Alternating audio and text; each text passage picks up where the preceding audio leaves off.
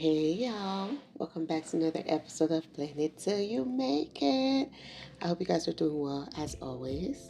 Today I'm doing an MLK spread and I printed out these pages. It's just, I thought I didn't know what to do, but I printed those out because I thought maybe I'll do uh, kind of like a junk journaling type of thing and just use these these I printed those out in sticker sheet, by the way, and I thought I'll just use those to just kind of create a spread. These letters are from Amazon, and these are from the Happy Planner website, and I just wanted to put those together, and you'll see I kind of figured it out as I went.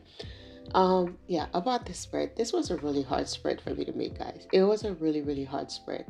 And that's kind of why I'm doing a voiceover because it required a lot of concentration for me to do. Reason because MLK Day is such a special day. And I know for us humans, when we start to celebrate something over and over and we're doing the same thing every year, as time passes, we start to lose interest and we start to lose the real meaning behind why we're doing something. And doing this MLK spread for me, I didn't want it to just be because it's today because we have to stay with the theme in our planners. Let me just do it and get it out the way. Get it out of the way. I didn't want to just do that because I think for him, he was too important of a person to just do this just because. And so I struggled with it. I didn't know what to do. I didn't know how to bring all of my ideas together. And I was on Canva. I was downloading pictures off of Google. I was doing a whole lot of different things, but it's just nothing was making sense. I didn't know what to do. And y'all, confession, I prayed. I said, God, I want to be creative and I want to honor this man. At the same time, I said, God, I'm going to need you to help me. I'm going to need you to help me be creative to make this. I'm going to need you to help me. Um, and so that's what I did. I prayed because it was getting a little frustrating. It got to the point where I said, you know what, I'll probably just not do this because again, I want to honor this man, and I'll probably just not do the spread and be disrespectful to him. So, but thank goodness, I, um, I, some things just dropped in my mind, dropped, and I went from there. So that's kind of the backstory behind that. And as I was researching MLK, again, like I said, I did not just want to do this just because of the occasion. But I've studied him before. I learned about him in school and all of that. But as I'm reading these things and I'm reading his speech and I'm listening to, because he was a reverend, he was a pastor, and I'm hearing other pastors talk about him and what he meant in their community, and what his preaching, the kind of the influence the church had on him and what he was doing in the civil rights movement. It just stirred up something in me, and the more I read about him, his death, his family, and I wanted to portray all of that in this spread. And I was googling when I was googling about him, there was a lot about his death, which was very important. It was cruel what was done to him, but it was always also important. However, I didn't want to bring that onto this spread. I didn't want to bring things about his death, even though there were a lot of things about his death on the internet. But I didn't want to bring that. Above all, I wanted to portray on this spread his strength, what he was fighting for. Not just his life was so much more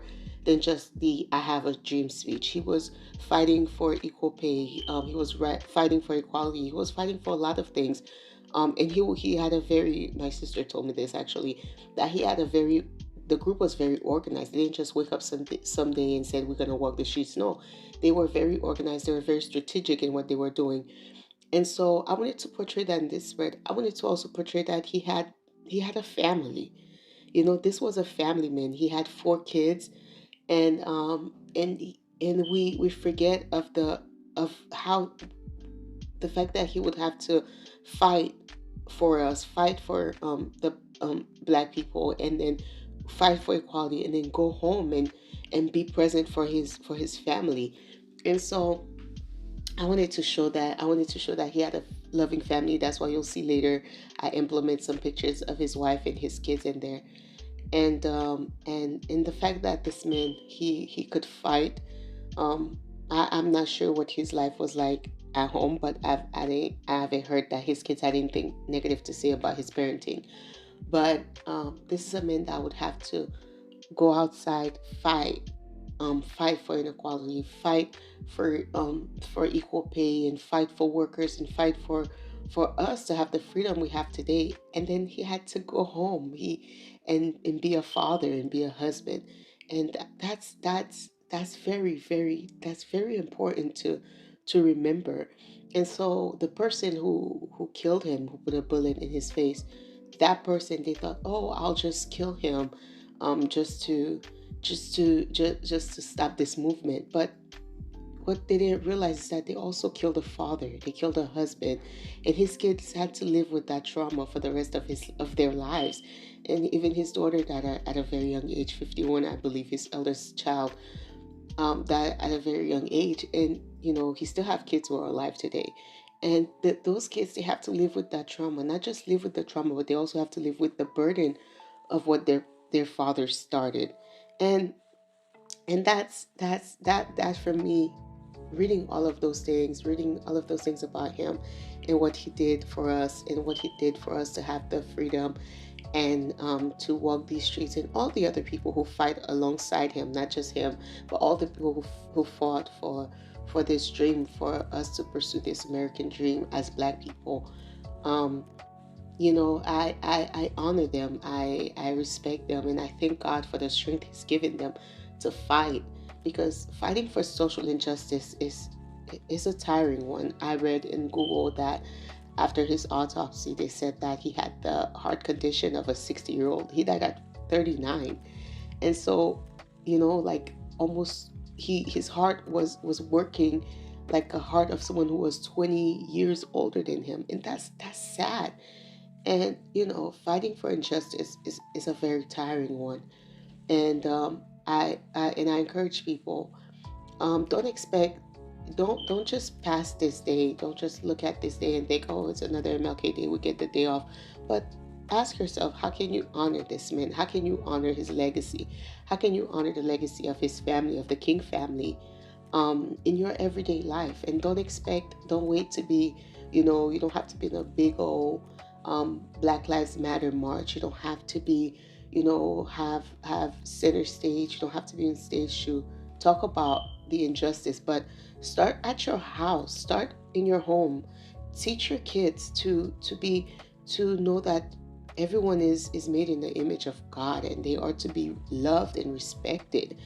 And teach your kids to be loving. Teach your kids to share. Teach your kids to show respect. Teach your kids, even if they don't accept um, person's lifestyle, but still respect them and love them for that. Um, what else? Even for us, when you're on the bus, and you see someone who's pregnant, let them sit down. You see an elderly, let them sit down. You see an elderly who can't go grocery shopping, pick up their groceries for them. Don't wait. And that's what I encourage everyone to do. Don't wait to do justice, to fight for justice on a big scale. Do it where you are. Do it where God has placed you, because it's what you do behind closed doors is an indication of what you will do on a grand scale. And everyone who's fighting Mother Teresa, who fights for humanity on a big scale, is a result of what they were doing when they were behind closed doors and nobody was watching. A lot of people, you hear people say, oh, they were always generous, they've always loved people, they've always reached out for people, they were always doing this and that in church. And they didn't just wake up one day and they're fighting for equality. It doesn't always happen that way. So that's what I encourage everyone to do. What you need to do. Use the gift God has given you. Use the space God has given you. Use the surroundings God has given you, so that you can make a difference in your world. And when we do that, when we work in the background, when we work on a smaller scale, it makes it easier on the people who have to be in the front line. It makes their work that much easier, because there are people who are already working on the ground. And so, if we all did a little bit here and there, if we all did our part, our world would have been better. And um, Martin Luther King's dream would live on, and everyone who fought for injustice and for civil rights in the Black community, it will make their lives, their work, it will make their work. We would live out their legacy. Basically, is what I'm saying by doing that. So, all that rambling, um, all that talking, just to let you guys know, yeah, this was a hard spread for me to do, because it was an emotional one. It hit home. It wasn't just about placing stickers, but it was about connecting with this man. It was about connecting with his work and the dark things I had to discover about his life, and to all the dark things he had to go through, the betrayal and all of that. So it was a hard one for me. So that's basically all I had to say. It was a hard one, but it was totally worth it. I loved how this spread turned out. I absolutely loved it. Um, you'll see towards the end how I put everything together. I just pulled out some newspapers. You'll see the ones I had earlier. I just pulled out some newspapers and kind of ripped them just to give it that what's the term, to give it that jug journaling theme. So I just, it was so much about him, and I wanted to put everything on the page. So, but I had some stickers left over because it was so much about this man that a little happy planner page couldn't hold it. So I hope you guys enjoyed this. I hope you guys are inspired to know that your our planners are a representation of our lives, and it's so much more than stickers. And I hope you guys would understand that, and you guys will be reminded of that, and cherish these little moments. When you get a chance, cherish, record them in your planner, whatever is happening, record them in your planner. Know that our planners are so much more than just, like I said, not just putting stickers down, not just writing what's going on in our day, but creative planning is about putting our thoughts and our emotions on a weekly spread. That's all it is. So I hope you guys enjoyed that, and I'll probably just put some music for the rest of the video, and just let you guys enjoy it. All right, bye.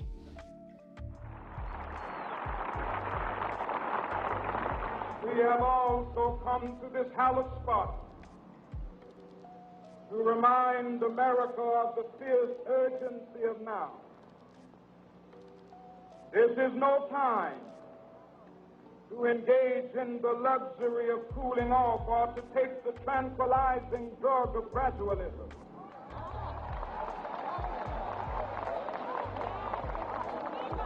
Now is the time to make real the promises of democracy.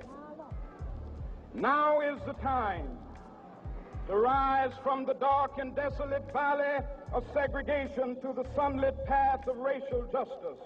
Now is the time to lift our nation from the quicksands of racial injustice to the solid rock of brotherhood. Now is the time to make justice a reality for all of God's children. It would be fatal for the nation to overlook the urgency of the moment. This sweltering summit of the Negro's legitimate discontent will not pass until that is an invigorating autumn of freedom and equality. 1963 is not an end, but a beginning. Those who hope that the Negro needed to blow off steam and will now be content will have a rude awakening if the nation returns to business as usual.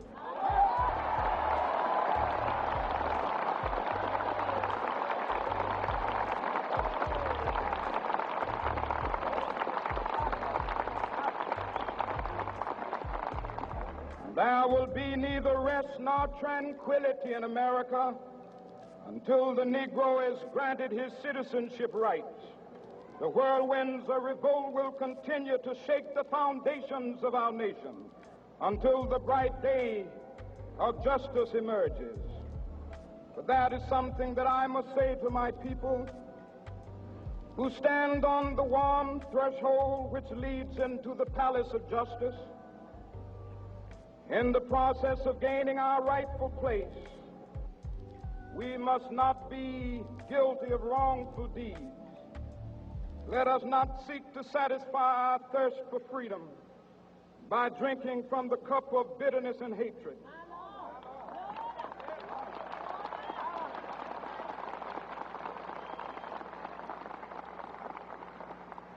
We must forever conduct our struggle on the high plane of dignity and discipline.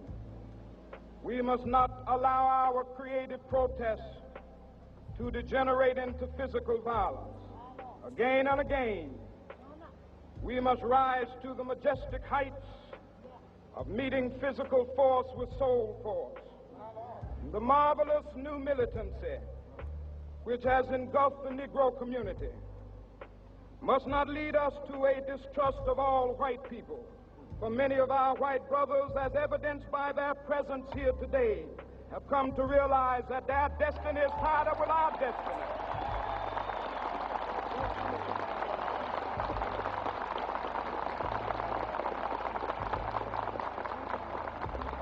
And they have come to realize that their freedom is inextricably bound to our freedom. We cannot walk alone. And as we walk, we must make the pledge that we shall always march ahead. We cannot turn back. There are those who are asking the devotees of civil rights, when will you be satisfied? We can never be satisfied as long as the Negro is the victim of the unspeakable horrors of police brutality. We can never be satisfied as long as our body is heavy with the fatigue of travel, cannot gain lodging in the motels of the highways and the hotels of the cities.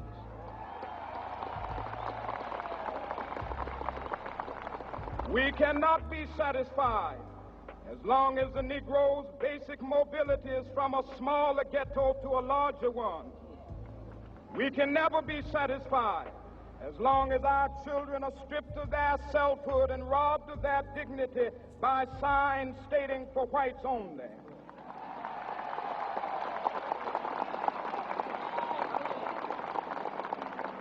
We cannot be satisfied as long as a Negro in Mississippi cannot vote and a Negro in New York believes he has nothing for which to vote.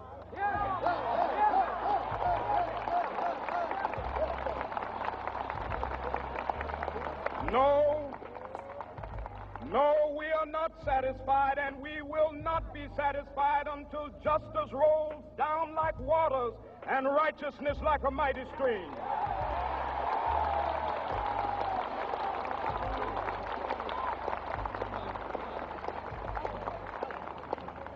I am not unmindful that some of you have come here out of great trials and tribulations. Some of you have come fresh from narrow jail cells. Some of you have come from areas where your quest for freedom left you battered by the storms of persecution and staggered by the winds of police brutality. You have been the veterans of creative suffering. Continue to work with the faith that unearned suffering is redemptive. Go back to Mississippi. Go back to Alabama. Go back to South Carolina. Go back to Georgia. Go back to Louisiana. Go back to the slums and ghettos of our northern cities, knowing that somehow this situation can and will be changed. Let us not wallow in the valley of despair. I say to you today, my friend,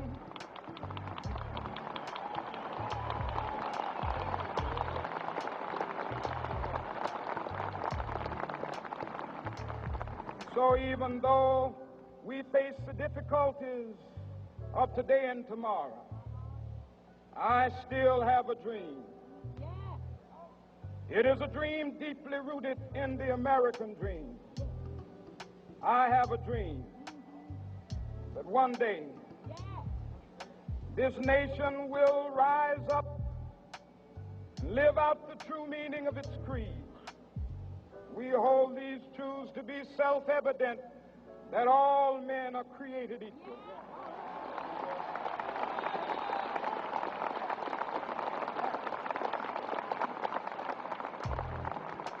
I have a dream that one day on the red hills of Georgia, the sons of former slaves and the sons of former slave owners will they be able to sit down together at the table of brotherhood.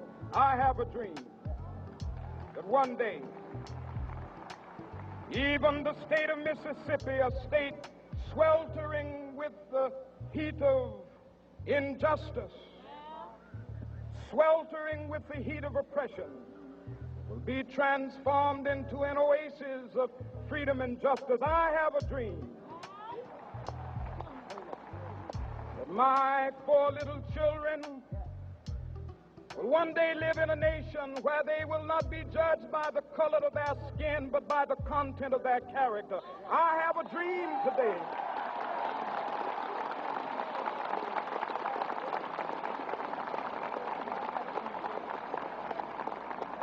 I have a dream that one day down in Alabama, with its vicious racists, with its governor having his lips dripping with the words of interposition and nullification, one day right there in Alabama, little black boys and black girls will be able to join hands with little white boys and white girls as sisters and brothers. I have a dream today